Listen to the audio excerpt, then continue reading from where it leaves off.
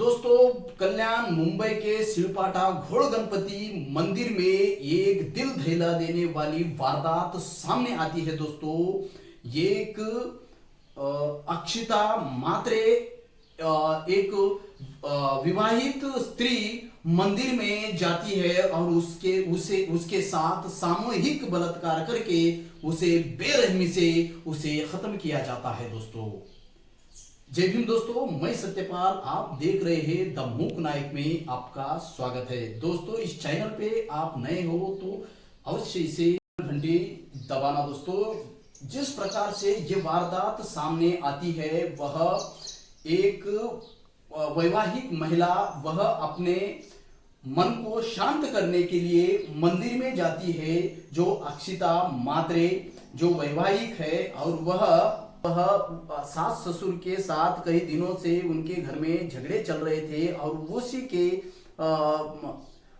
उसी झगड़े के वजह से वह अपने मन को शांत करने के लिए वह घोड़ गणपति मंदिर में जाती है 6 तारीख शनिवार के दिन, और वह दिन भर वहीं पे बैठी होती है और वह उसे अकेला देखकर दिन भर उसे वहां पर देखकर वहां के जो पुजारी माने जाने वाले, जो खुद को ब्राह्मण पंडित मानने वाले जो लोग हैं, उन्होंने उसे दोपहर में खाना भी दिया। उसे अच्छा लगा और वह खुद को थोड़ा अच्छा महसूस करने लगी और फिर बाद में शाम के समय में उसे उन्होंने चाय भी दिया और उस चाय में कुछ उसने मिलाकर देने के बाद, वो चाय पीने के बाद वो बेहोश होती है और उसके साथ पूरे रात भर वह 3 दरिंदे उसके साथ बलात्कार कर देते हैं। दोस्तों, यह दूसरे कोई नहीं है, यह खुद पंडित माने जाने वाले इस देश में जिस प्रकार से उन्हें भगवान के बाद इस धरती के ऊपर का भगवान करके लोग कई पूज रहे हैं, और वही पंडित, खुद को ज्ञानी मानने वाले पंडित, वो ही 3 दरिंदे उस बेचारे औरत के ऊपर पूरे रात भर उसके साथ दुष्कर्म करते हैं और उसे बेरहमी से मार देते हैं। दोस्तों, क्या सुमारास एक व्यक्ती पोलीस स्टेशनला त्यांनी माहिती दिली की घोळ गणपती आहे. घोळ गणपती म्हणजे जो पाईपलाईन रोड आहे आपला, त्या मंदिरापाशी एका महिलेची अर्धनग्न बॉडी पडलेली आहे. तर त्या माहितीच्या आधारावर मग आमच्या पोलीस स्टेशनचे अधिकारी कर्मचारी तिकडे गेले. त्यांनी खात्री केली तर एक मृतावस्थेत स्त्री तिथं आढळली, अर्धनग्न अवस्थेत होती आणि जी अनोळखी होती. तर पहिलं आमच्या पुढे आव्हान होतं की तिची ओळख पटवली. तर त्या दृष्टीने काम सुरू केल्यानंतर NRI पोलीस स्टेशन नवी मुंबईमध्ये आहे, तिथे ती एक मिसिंग दाखल होतं. तर त्या मिसिंगच्या आधारावर मग खात्री केली. तिचा नवराही आला होता आणि त्या महिलेचं नाव अक्षता म्हात्रे, वय 30 वर्ष आहे असं निष्पन्न झालं. आणि त्याच्यानंतर मग पुन्हा आमच्या त्या माहितीच्या आधारावर तपास सुरू झाला. तर गोपनीय माहिती आणि तांत्रिक विश्लेषण करून माहिती घेतली असता शनिवारी सकाळी ती 10:30-10च्या दरम्यान तिथं आलेली आम्हाला लक्षात आलं. आणि दिवसभर ती तिथंच वर होती, त्यानंतर ती काही खाली आलेली नाहीये. त्यामुळं त्या मंदिरामध्ये जे लोक काम करतात त्यांच्यावर संशय बळावला. आमच्या DBच्या टीमनी त्यांना ताब्यात घेतलं आणि इंट्रोगेट केल्यानंतर त्यांनी गुन्हा कबूल केलेला आहे. तर याच्यामध्ये 3 आरोपी निष्पन्न झालेले आहेत. ते 3 आरोपींची नावं आहेत श्यामसुंदर शर्मा, संतोष कुमार मिश्रा आणि राजकुमार पांडे. हे 3 हा श्यामकुमार शर्मा आहे तो राजस्थानचा आहे आणि मिश्रा आणि पांडे हे यूपीचे आहे. क्या इस देश के ब्राह्मणों का अय्याशी का अड्डा बना है? मंदिर के नाम पर इनकी जो हजारों साल से जो धंधा चलता है और उस चंदे के धंधा जिस प्रकार से आज बलात्कारी का अड्डा भी कहीं कहीं बन रहा है। दोस्तों, ये क्या देश में ठीक हो रहा है? ये महाराष्ट्र के लिए ही नहीं, पूरे देश भर के लिए शर्म से नीचे झुकाने वाली वारदात है। दोस्तों, जिस प्रकार से यह सोशल मीडिया में ही आपको यह वार्ताएं दिखाई दे रही है, सोशल मीडिया में ही आपको दिखाई दे रहा है, लेकिन यहाँ का गोदी मीडिया, दलाल मीडिया इतनी बड़ी वारदात को वह कहीं दिखाई नहीं दे रहा है। फालतू के बातों पर 2-2 घंटे डिबेट चलाता है, लेकिन ऐसी वारदात के ऊपर यह डिबेट नहीं चलाता, क्योंकि इसमें ब्राह्मण शामिल है। अगर इसमें कोई मुसलमान होते, इसमें कोई दलित होता, इसमें कोई अगर कोई दूसरा होता, तो यह तो सनसनी न्यूज बन जाती, ये तो इस देश की सबसे बड़ी न्यूज बन जाती। लेकिन दलाल मीडिया भी इसे नहीं बताएगा, क्योंकि इसमें ब्राह्मण शामिल है, क्योंकि इस देश के ब्राह्मणों ने इस देश पर जिस प्रकार से कब्जा किया हुआ है, हजारों साल से जिन्होंने लोगों को आत्मा, परमात्मा, भूत, प्रेत इसके नाम पर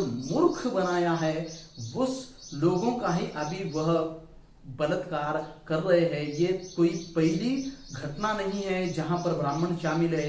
इससे पहले आप देखिए, जो गुजरात में जो हत्याकांड हुआ था, जो बिल्किस बानो का केस है, उसमें भी ब्राह्मण ही शामिल है, और उन ब्राह्मणों को भी ब्राह्मण संस्कारी होते हैं करके उतने बड़े वारदात से, उतने बड़े घटना करने के बाद, घिनौना काम करने के बाद भी उन्हें छोड़ दिया गया था, और सही मायने में आज तक भी उस बेचारे को न्याय नहीं मिल पाया, क्योंकि इसलिए वो ब्राह्मण है। इसलिए दोस्तों, इन ब्राह्मणों को इसीलिए ही ये दुष्कर्म करने का धैर्य आ रहा है कि इन्हें कुछ नहीं होगा, इन्हें ना फांसी होगी, ना इन्हें कोई लंबे समय तक जेल नहीं होगी। इस भरोसे से ही ये लोग, जो खुद के उम्र का भी लिहाज ना कर रहे, खुद की उम्र के तरफ भी ना देख रहे, ना आगे अगले वाले के भी उम्र की तरफ ना देखते हुए ये दुष्कर्म करने का दुस्साहस कर रहे हैं ब्राह्मण इस देश में। आप देखिए, जिस प्रकार से आशिफा नाम के 7 साल के बेचारी छोटी सी बच्ची के ऊपर भी बलात्कार करने वाले ब्राह्मण ही है, और वो भी मंदिर में ही होता है। यह इस देश में किस तरीके से वातावरण ये ब्राह्मण तैयार कर रहे हैं, ये हजारों साल का इतिहास आपके सामने है दोस्तों। जो ब्राह्मण खुद ईश्वर के बाद का ईश्वर, धरती के ऊपर का ईश्वर ही मानने वाले ब्राह्मण खुद को पंडित, आचार्य करके नाम खुद ही दे बैठे हैं, और यही आज बलात्कार करते हुए दिखाई पा रहे हैं। किसी के ऊपर कोई पेशाब कर देता है, ये कोई मानवता वाली बात है? इनको मानवता सिखाने वाला जो संविधान इस देश में है, उस संविधान को ही ये नाकार कर दूसरा संविधान लागू करने वाला मनुस्मृति इस देश में पुनः लागू करने का ये प्रयास इसीलिए कर रहे हैं, क्योंकि मनुस्मृति लागू होने के बाद ये ऐसे ही मन मर्जी कर। मैं आपको आग्रह से कहूंगा कि डॉक्टर बाबा साहब अंबेडकर जी ने लिखा हुआ रिवॉल्यूशन एंड काउंटर रिवॉल्यूशन, क्रांति प्रतिक्रांति, ये अवश्य आप पढ़े दोस्तों। आपको ब्राह्मणों की असलियत पता चल जाएगी दोस्तों। जिस प्रकार से ब्राह्मण इस देश में घिनौना कृत्य करते हुए पाए जा रहे हैं, यह देश के लिए शर्मनाक बात है। जो ये इस देश के सबसे ज्यादा तबका इनको पंडित मान रहा है, इनको गुरु मान रहा है, और इन गुरुओं की और इन पंडितों की जो ऐसी घिनौनी हरकतें हैं, ये पूरे देश को शर्म से नीचे झुका देने वाली है दोस्तों। और इतनी बड़ी जो वारदात महाराष्ट्र में हुई है, यह वारदात अगर कोई ब्राह्मण घर में अगर होती, अगर ब्राह्मण के घरों की स्त्रियों के साथ अगर होती, क्या देश में आज ऐसे माहौल होता? नहीं होता, क्योंकि इससे पहले का आप देखते हैं, जो उच्च वर्णीय जात की एक लड़की को, जो निर्भया हत्याकांड जो दिल्ली का हुआ था, उसके पीछे पूरा भारत देश कैंडल लेके उन दरिंदों को फांसी होना चाहिए, उन दरिंदों को रास्ते पे गोली मारना चाहिए, उन दरिंदों की ऐसी सजा देनी चाहिए। ठीक है, देनी चाहिए थी, उन्हें दे दी गई है, और वह होना चाहिए था, वो हो चुका है। वो भी एक किसी की बेटी थी, और उस बेटी के साथ दुष्कर्म होने के बाद कोई भी चुप नहीं बैठता। उसके साथ हम सभी ने वो मांग की थी, और उन्हें फांसी की सजा हुई। लेकिन इस देश में ब्राह्मण दुष्कर्म कर रहा है, इस देश में ब्राह्मण अनेक घिनौने कारनामे कर रहा है। उनके प्रति न्याय व्यवस्था क्यों ठंडी हो रही है, और उन्हें बेल हो रही है, वह बाहर आ रहे हैं फिर से घिनौने काम करने के लिए। उनको फिर से ताकत कहां से मिल रही है? क्योंकि जिनका जो मनुस्मृति कहने वाला जो ग्रंथ है, उसमें ढोल गवार शूद्र पशु नारी सकल ताड़न के अधिकारी, क्योंकि शूद्र हर पशु की तरह ही एक स्त्री है, उसकी कोई अहमियत नहीं है, वह सिर्फ एक खिलौने के जैसा, यूज करने जैसा एक खिलौना है, और उसे कभी भी मारकर उससे काम लिया जा सकता है। ऐसे ही सोच कर ये ब्राह्मण स्त्रियों के साथ क्या ऐसे दुष्कर्म कर रहे हैं, उसके पीछे का कारण यही है क्योंकि इन ब्राह्मणों को आज भी इस देश का संविधान आंखों में चुभ रहा है, क्योंकि यह संविधान उनको ऐसे काम करने के लिए बंदी लगाता है। संविधान उन्हें उनके मनुस्मृति को रोक लगाता है। उनकी मनुस्मृति में जिस प्रकार से चतुर्वर्ण व्यवस्था का उल्लेख किया हुआ है और उस चतुर्वर्ण व्यवस्था के हिसाब से ही वह इस देश को चलाने का फिर से प्रयास कर रहे हैं। दोस्तों, उनके जो आचार्य पंडित है जो अभी भी वो वैसी बातें कर रहे हैं, चातुर्वर्ण व्यवस्था की, वर्ण व्यवस्था की बातें आज भी वो कर रहे हैं और उसी के हिसाब से वो चलते हैं। दोस्तों, यह आपको बहुत से वीडियो में दिखेगा, सोशल मीडिया में भी बहुत से वीडियो उसके आपको उपलब्ध हो रहे हैं। दोस्तों, इस प्रकार से इस बेचारी औरत के ऊपर उन्होंने बलात्कार किया। दोस्तों, जिस प्रकार से इन्होंने ये घिनौने काम को अंजाम दिया है, दोस्तों क्या इन लोगों को फांसी होनी चाहिए?